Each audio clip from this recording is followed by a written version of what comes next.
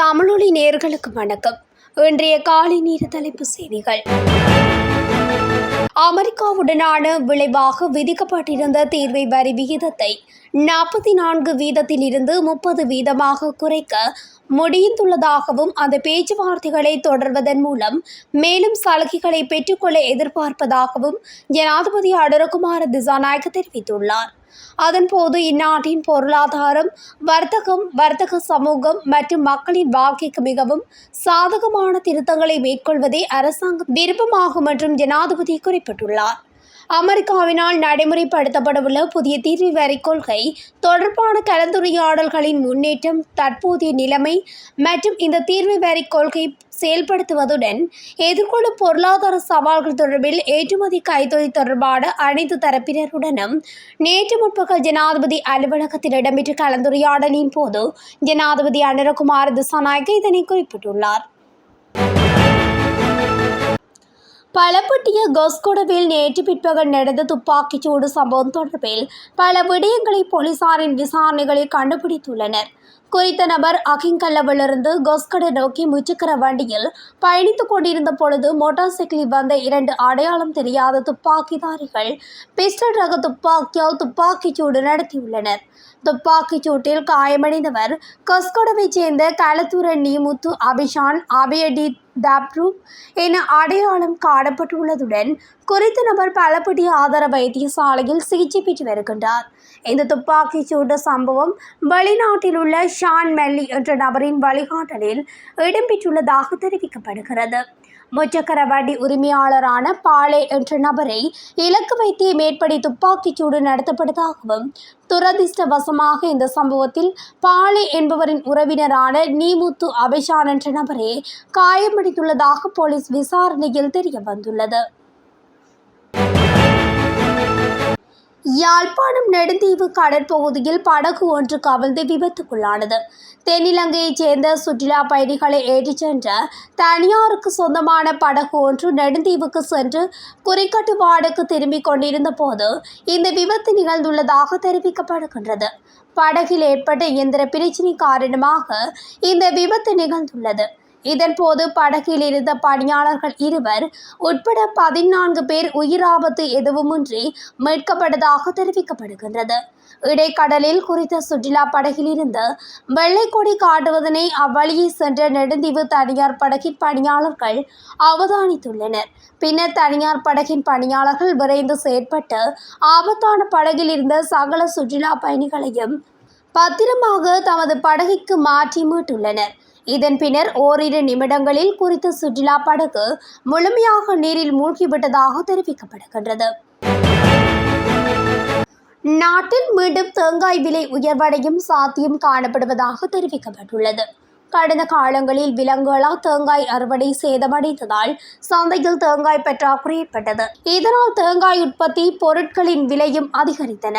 கடந்த சில மாதங்களாகவே 220 ரூபாய்க்கு விற்கப்பட்ட தேங்காய் சில தினங்களுக்கு முன்னர் சந்தையில் 100 முதல் 170 ரூபாய் வரை பல்வேறு விலைகளில் விற்பனை செய்யப்பட்டது.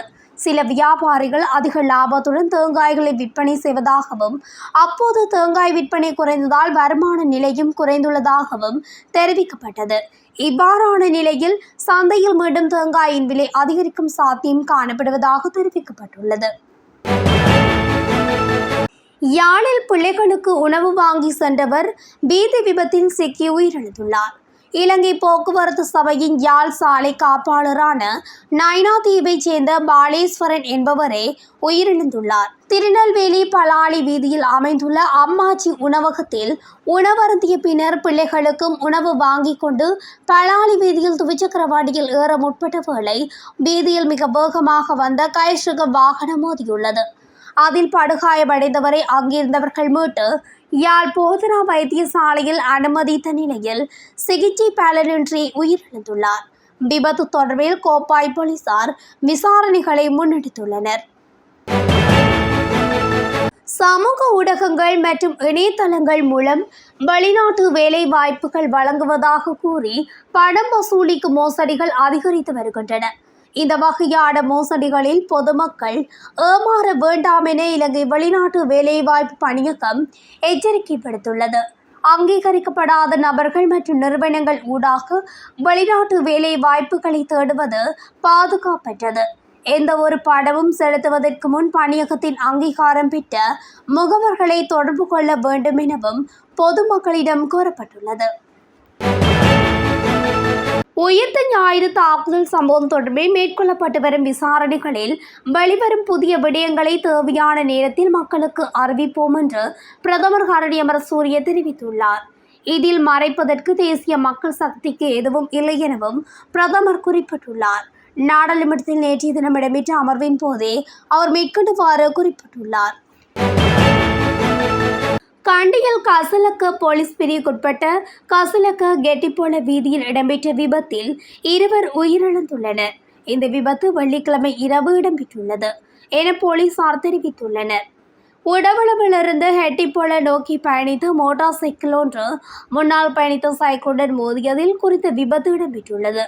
விபத்தின் போது மோட்டார் சைக்கிளின் செலுத்துனரும் சைக்கிளில் பயணித்த வயோதிபரும் படுகாயமடைந்த நிலையில் மாக்கியங்கடை வைத்தியசாலையில் அனுமதிக்கப்பட்ட பின்னர் உயிரிழந்துள்ளதாக போலீசார் தெரிவித்தனர். மாத்தறை போலீஸ் பிரிவுக்குட்பட்ட பரவி தீவுக்கு செல்லும் பாலத்துக்கு கீழே கடலில் அடையாளம் தெரியாத பெண்ணொருவரின் சடலம் கண்டெடுக்கப்பட்டுள்ளது. மாத்தறை போலீசாருக்கு கிடைத்த ரகசிய தகவலை அடுத்து சடலம் கண்டெடுக்கப்பட்டதாக போலீஸ் ஊடக பிரிவு தெரிவித்துள்ளது. இறந்த பெண் 40 முதல் 45 வயதுக்குட்பட்டவர் என போலீசார் சந்தேகிக்கின்றனர். அவரது அடையாளம் இன்னும் உறுதிப்படுத்தப்படவில்லை. மேலும் அவர் கருப்பு மஞ்சள் நிற உடை மற்றும் கருப்பு குட்டை பாவாடை அணிந்திருப்பதாக போலீசார் தெரிவித்தனர். மரணித்தவர் சுமார் 5 அடி உயரம் கொண்டவர் எனவும் போலீசார் குறிப்பிட்டனர். மரட்டுவையிலிருந்து கொழும்பு நோக்கி பயணித்த லொரியொன்று அதே திசையில் பயணித்த மோட்டார் சைக்கிளை முந்தி செல்ல முயன்ற போது ஏற்பட்ட விபத்தில் மோட்டார் சைக்கிள் ஓட்டுநர் உயிரிழந்துள்ளார். கல்கிச பகுதியில் லொரி சாரதி முந்தி செல்ல முயன்ற போது லொரி சாரதியின் இடது பக்கத்தின் நடுப்பகுதியில் மோட்டார் சைக்கிள் சிக்கிக் கொண்டது. இதன்போது மோட்டார் சைக்கிள் ஓட்டுநர் லொரியின் இடது பின்புற சக்கரத்தின் கீழ் விழுந்து நசுங்கி போயுள்ளார். விபத்தில் பலத்த காயமடைந்த மோட்டார் சைக்கிள் ஓட்டுநர் கல்போவில வைத்தியசாலையில் அனுமதிக்கப்பட்ட நிலையில் உயிரிழந்துள்ளார். கல்கிச ஸ்ரீ தர்மானந்த மாவட்டத்தைச் சேர்ந்த 75 வயதுடையவரே உயிரிழந்துள்ளார். இலங்கையில் 5 ஆண்டுகளுக்கு பிறகு அரசு சேவைக்கு புதிதாக 30,000 பேரை சேர்க்க திட்டமிட்டுள்ளதாக ஜனாதிபதி அனுரகுமார திசாநாயக்க தெரிவித்துள்ளார். ஹம்பாந்தோட்டை மாவட்ட விசேட ஒருங்கிணைப்பு குழு கூட்டத்தில் நேற்று கலந்து கொண்டு உரையாற்றும் போது ஜனாதிபதி இதனை குறிப்பிட்டுள்ளார். வீழ்ச்சி அடைந்துள்ள அரசு சேவையை பலப்படுத்த அரசாங்கம் திட்டங்களை தயாரித்துள்ளதாகவும் ஜனாதிபதி குறிப்பிட்டுள்ளார். அரசு நிறுவனங்களில் அதிகாரிகள் பற்றாக்குறை உள்ளிட்ட பிரச்சினைகளால் இலங்கையின் அரசு சேவை பலவீனமடைந்துள்ளதாகவும் குறிப்பிட்டார். பிரதேச செயலாளர்கள் உட்பட ஒவ்வொரு துறையிலும் பணியாற்றுபவர்களின் வசதிக்காக தேவையான வாகனங்களை வழங்குவதற்கான நிதியை எதிர்வரும் வரவு செலவு திட்டத்தில் ஒதுக்க எதிர்பார்ப்பதாகவும் ஜனாதிபதி தெரிவித்துள்ளார். ஹம்பாந்தோட்டை பறவை பூங்காவில் உள்ள கலைஞர் சாலையொன்றில் சட்டவிரோதமாக நாட்டுக்கு இறக்குமதி செய்யப்பட்ட 21 மோட்டார் சைக்கிள்கள் மற்றும் 4 கஞ்சா செடிகளுடன் 2 கைது செய்யப்பட்டுள்ளதாக போலீஸ் ஊடக பிரிவு தெரிவித்துள்ளது. பலான மத்திய ஊழல் தடுப்பு பிரிவு அதிகாரிகளால் நடத்தப்பட்ட சோதனையின் போதே குறித்த மோட்டார் சைக்கிள்கள் மற்றும் கஞ்சா செடிகள் மீட்கப்பட்டுள்ளதாக குறிப்பிட்டுள்ளனர். முன்னாள் அமைச்சர் ராஜித சேனாரத்ன தனது வீட்டை விட்டு வெளியேறி தனது தொலைபேசி இணைப்பை துண்டித்துள்ளதாக லஞ்சம் அல்லது ஊழல் குற்றச்சாட்டுகளை விசாரிக்கும் ஆணைக்குழுவை மேற்கோள் காட்டி தென்னிலங்கை ஊடகங்கள் செய்தி வெளியிட்டுள்ளன. கிரிந்து துறைமுகத்தில் மணல் அகழ்வு திட்டத்தை கொரிய நிறுவனத்திற்கு சட்ட முறைகளை புறக்கணித்து வழங்கியதன் மூலம் அரசாங்கத்துக்கு 2.62 பில்லியன் ரூபாவிற்கு மேல் இழப்பு ஏற்படுத்திய குற்றச்சாட்டில் முன்னாள் அமைச்சர் ராஜித சேனாரத்ன மீது குற்றம் சுமத்தப்பட்டுள்ளது.